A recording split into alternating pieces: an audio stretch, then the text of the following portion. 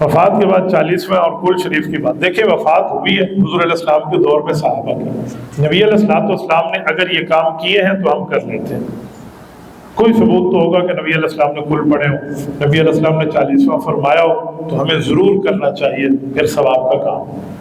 اور اگر نبی پاک سے، صحابہ سے، اہل بیت سے، اولیاء اللہ سے یہ ثابت نہیں ہے تو پھر ہمارا رسم و رواج ہو سکتا ہے، دین نہیں ہو سکتا۔ دین کے لیے ضروری ہے کہ اللہ رسول کی طرف سے ثابت ہو نا، تو پھر تو بندہ کر لے۔ ہماری تحقیق میں یہ اللہ رسول سے ثابت نہیں ہے۔ مفتی صاحب قرآن کی آیات ہی پڑھی جاتی ہیں، پڑھنا کوئی گناہ تھوڑی ہے۔ میں سمجھتا ہوں بھائی قرآن پڑھا جاتا ہے، میں نے تھوڑی کہا کہ سینما میں جایا جاتا ہے، لیکن مجھے ایک بات بتائیں، صبح کی نماز کی کتنی رکعتیں ہیں؟ فرض کی کتنی ہیں؟ 2 رکعتوں میں کتنے سجدے ہیں؟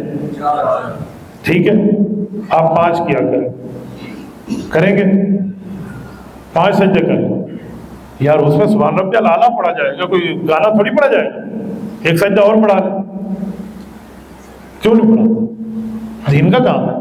آپ مجھے کہہ رہے ہیں یہ قرآن پڑھا جاتا ہے کوئی گناہ نہیں ہے، میں کہتا ہوں سجدے میں بھی سبحان ربی الاعلیٰ پڑھا جاتا ہے، کوئی گناہ نہیں ہے، 5واں سجدہ کریں۔ آپ کہیں گے ہم نہیں کرتے، حضور نے نہیں کیا، تو یہ کام بھی حضور نے نہیں کیا میرے بھائی۔ آپ یہ دلیل نہیں دے سکتے کہ اس میں دین کی چیز پڑھی جاتی ہے۔ مجھے بتائیں اذان شروع کہاں سے ہوتی ہے، ختم کہاں پہ ہوتی ہے؟ کس پہ؟ کیوں؟ محمد رسول اللہ کے پڑھ لو نا، کلمہ تو پورا پڑھنا چاہیے تھا، ادھا کیوں پڑھیا؟ اذان ختم لا الہ الا اللہ پہ کیوں کی ہے؟ کہ لا الہ الا اللہ محمد رسول اللہ پڑھیں گے، کیوں؟ محمد رسول اللہ پڑھنا گناہ ہے؟ نعوذ باللہ۔ حضور رسول نہیں ہے پھر کیوں نہیں پڑھتے؟ حضور نے حضرت بلال کو نہیں سکھایا ادھر، تو یہ بھی حضور نے ہمیں نہیں سکھایا تو ایک میں بات تو پوری کر لوں، اللہ آپ کو خوش رکھے، آپ کو وقت دوں گا۔ جہاں نبی پاک علیہ الصلوۃ والسلام نے سکھایا تو اس چیز کو ہم دین سمجھ کے کیسے کریں؟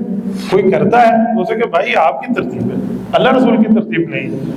دیکھیں یہ دلیل نہیں دی جا سکتی کہ یہ سب دین کی بات ہو رہی ہے۔ میں سمجھتا ہوں دین کی بات ہوگی، ہم گانے تھوڑی کہیں گے، غیبت تھوڑی کریں گے، بہتان تھوڑی کریں گے، الزام تراشی تھوڑی کریں گے، ہم دین کی بات کریں گے۔ لیکن دین تب دین ہے جب وہ دین جس پہ اترا ہے اس سے ثابت ہو، اور اگر اس سے ثابت نہیں ہے، صحابہ سے ثابت نہیں ہے، تو پھر آپ کہتے ہیں ہمارا رواج ہے، پھر تو ٹھیک ہے، پھر یہ نہیں کہیں گے دین ہے۔ آپ کہ میرا میں آپ کو مثال دے رہا ہوں، میں اس وقت گاڑی پہ چل کے آیا ہوں، گاڑی حضور کے دور میں نہیں ہے، یہ کار، یہ پراڈو، یہ جو ہے نا کیا کہتے ہیں گاڑیاں حضور کے دور میں نہیں ہیں، ہم اس پہ چلتے ہیں۔